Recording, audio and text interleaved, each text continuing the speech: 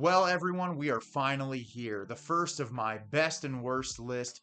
Today, we're going to talk about the worst films of 2023, which this is just my opinion. These are the films that I found to be the most grating and irritating and awful, and there are 20 of them on this list this year. And one of the things about going to film school is I realize how difficult it is to make a movie. I know how hard it is to set out, have expectations to make a film, and sometimes the execution just isn't there. And unfortunately, normally when it comes to like low budget or indie films, it's more excusable. You can find reasons to kind of forgive things, but these big budget Hollywood studios that just kind of put out garbage, it's really unforgivable when you have the level of money that you have to make quality content, to churn out something that's so bad. So obviously when I do reviews through the year, I try to keep those things in perspective, but I am a human being. There are movies I absolutely despise and there's nothing I can do about it. And so today I'm going to go through my 20 worst films of the year. And I'm going to say it at the end, but I'd like to say it at the beginning. I'd love to know what some of the worst movies you've seen this year are. I'd love to read them in the comments, hear what you have to say. And I have done full reviews of every single one of these movies. So I'm not going to go into a ton of detail, but I'm going to just briefly talk about why I didn't enjoy these films. And so without further ado, let's get into it. Coming in at number 20 is going to be Ruby Gillman Teenage Kraken. I don't think anyone expected this movie to be very good. I went into it with a relatively open mind, and while I did like some of the animation and I thought some of the characters were charming, mostly the story was really bland. There wasn't a whole lot of character development. I felt like for its runtime, there were so many moments that could have been chopped out to streamline the film and make it a lot more effective. And honestly, it was really just forgettable, and there's not much worse I can say about a movie than it being forgettable. And yeah, I was just kind of bored with this. It wasn't like the most miserable experience in the world, but I definitely would never watch it again. Coming in at number 19 is the Neon-produced film How to Blow Up a Pipeline. This might be my most controversial film on this list, but I thought this movie was bland. It did not understand its tone whatsoever. For people leaving 4.5 to 5-star reviews saying this was incredibly suspenseful and edge of your seat, I felt like the pacing was absolutely horrible. I thought the characters were really poorly written. Every second in this, I was just expecting something to get built on these characters to make me care about what was happening to them, and I just didn't. And unfortunately, a film like this is trying to make a really important statement about, these oil companies and the horrible things that they do and the way that it affects people. And unfortunately, none of that came through in this film because of how bad the characters were written. And I don't know, at the end of this, with all the praise that it received at the beginning of the year, I just expected a lot more, and I just really didn't like this at all. Coming in at number 18 is the film Malum. This is the horror movie remake of the film Last Shift, which was from the same director. He essentially just took a bigger budget and made the same movie again, and he didn't do anything interesting with it. Honestly, it was worse than the original film in every way. I didn't think the performances were all that great. I did like the soundtrack. I thought that added a little bit to the story. The visual effects were all right. It was mostly just cheap jump scares. They didn't add anything new into the story, and it was mostly just bland and forgettable. Coming in at number 17 is the horror slasher film It's a Wonderful Knife. This is by no means the worst movie I've ever seen, but it was really poorly paced. The character writing was really bad. The acting was not all that great. I felt like the horror elements kind of took a back seat to the overly dramatic moments in the film. Really liked the design of the slasher's mask, but all the emotional core comes in the third act of the film, and the characters that rely on the emotional core aren't in the film long enough to really care. The love interest of the lead character just kind of gets shoehorned in at moments in the film, and then you're supposed to deliver the entire emotional crux of the film on this one singular character. It just didn't work for me at all, and I was really hoping that it would because it's a Christmas horror film and we don't get a whole lot of those. Coming in at number 16 is the film Foe, starring Saoirse Ronan and Paul Mescal. With two heavy-hitting actors like that, I expected this to be an instant favorite for me of the year, and it was just boring. For being a science fiction premise about this husband and wife couple dealing with the fact that the husband is going to be sent off on this experimental space station vacation trip to move some of society off the planet into the space station because the planet is dying. You'd think that it would be really engaging and immersive, and it's not. It's a lot of repetitive conversations that don't build the relationship of the characters.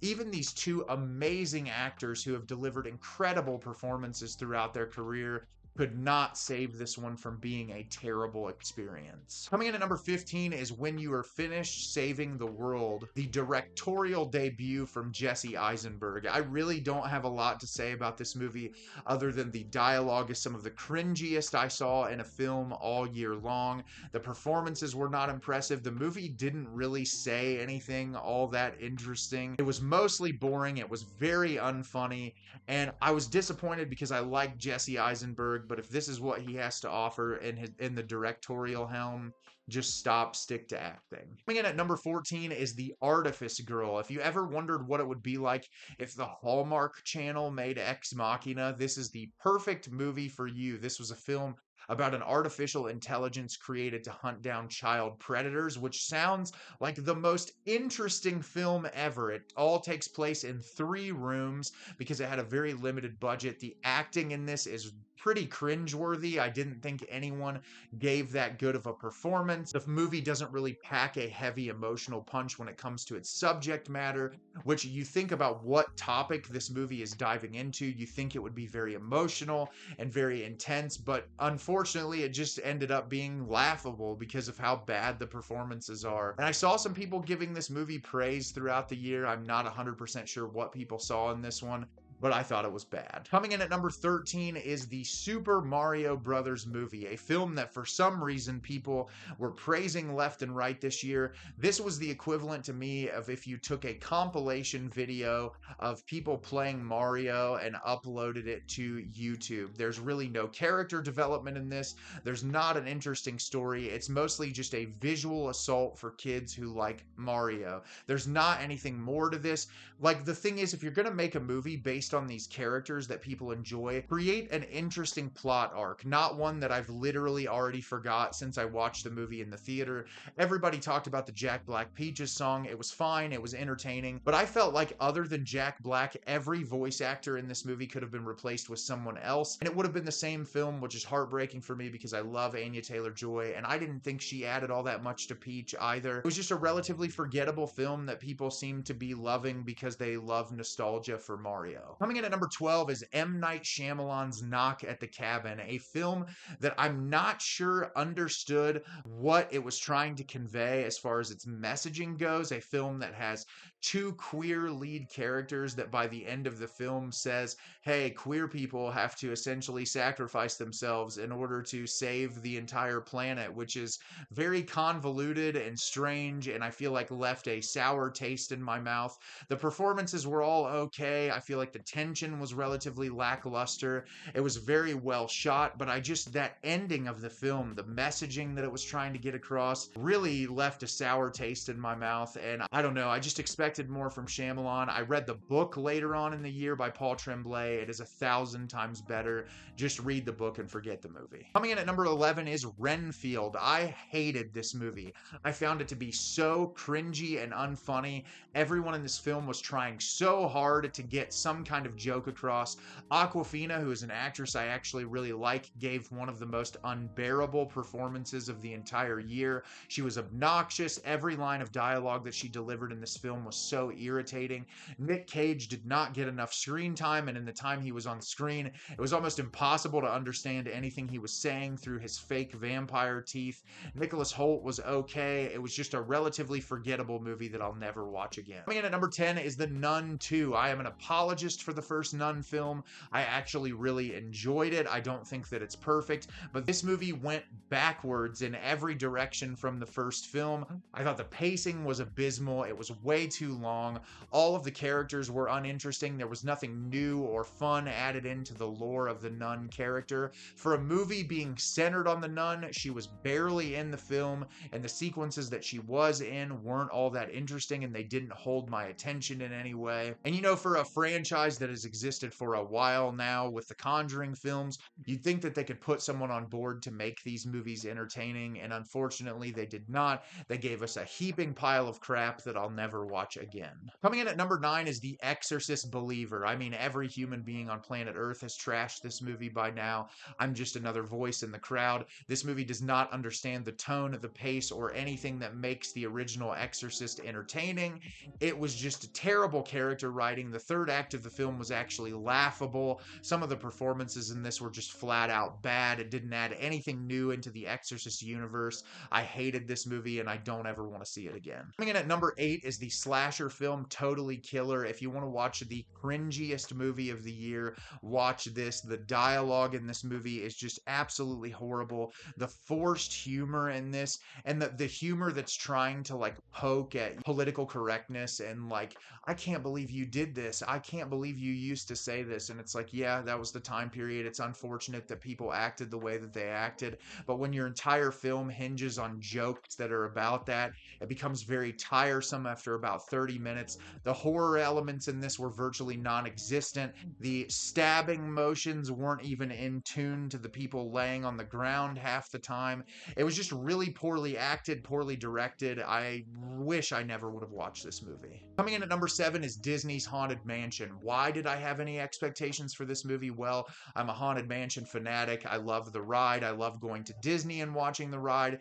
This movie was almost 2 hours long. It was one of the most bloated and bland films of the entire year. Even Lakeith Stanfield, who is one of my favorite actors, could not save this absolute mess. It wasn't funny. It wasn't scary. It wasn't charming. Jared Leto was absolutely terrible in this movie. I just wish I could purge it from my brain. Coming in at number 6 is Cocaine Bear. Who thought a movie about a bear that did cocaine could be so grating? This movie had one joke, and the joke was to point at you as the viewer and say, hey, do you remember that the bear did cocaine? The CGI bear looked terrible. I feel like this movie would have been a lot more effective if the bear was a puppet. It would have been way more entertaining and engaging. All the performances in this were really bad, and the fact that they dedicated the film to Ray Liotta at the end is just incredibly sad. I wish I never watched this film. We are at the top 5. These are the worst of the worst. These are the movies I wish I could have shut off in the middle, and yeah, let's get into it without further ado. So coming in at number 5 is the Shudder original film Elevator Game. This hits every cliche of every horror movie of the past 10 years. Bland jump scares. The character design is one that you have seen 1,000 times before. The character writing in this was laughable at best. I hated every second of this.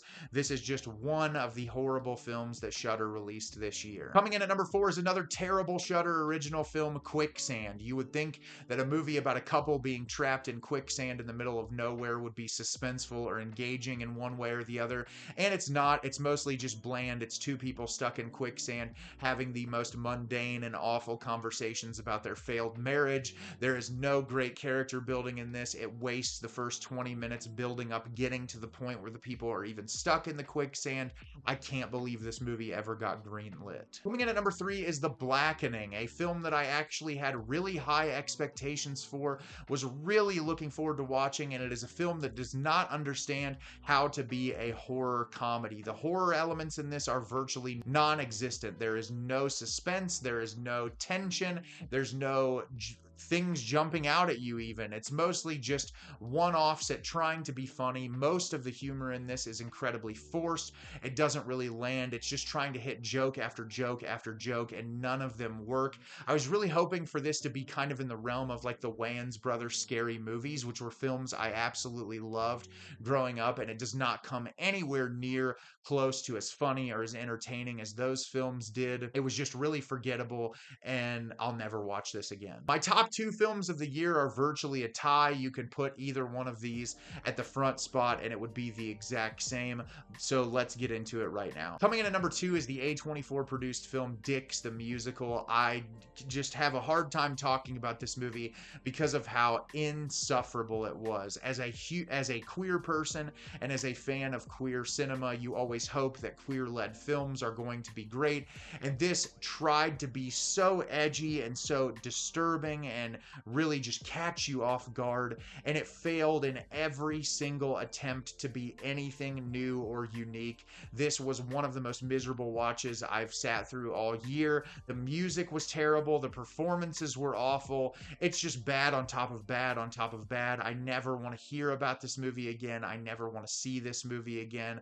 I just wish I could purge it from my mind. And number one, Winnie the Pooh, Blood and Honey. This is what's going to happen when things become public domain, is any person is going to be able to get their hands on something and make a terrible piece of cinema about it. I had a quizzical look on my face the entire runtime of this movie because it is barely a movie. The characters are so thin. There's no real suspense or tension around the characters.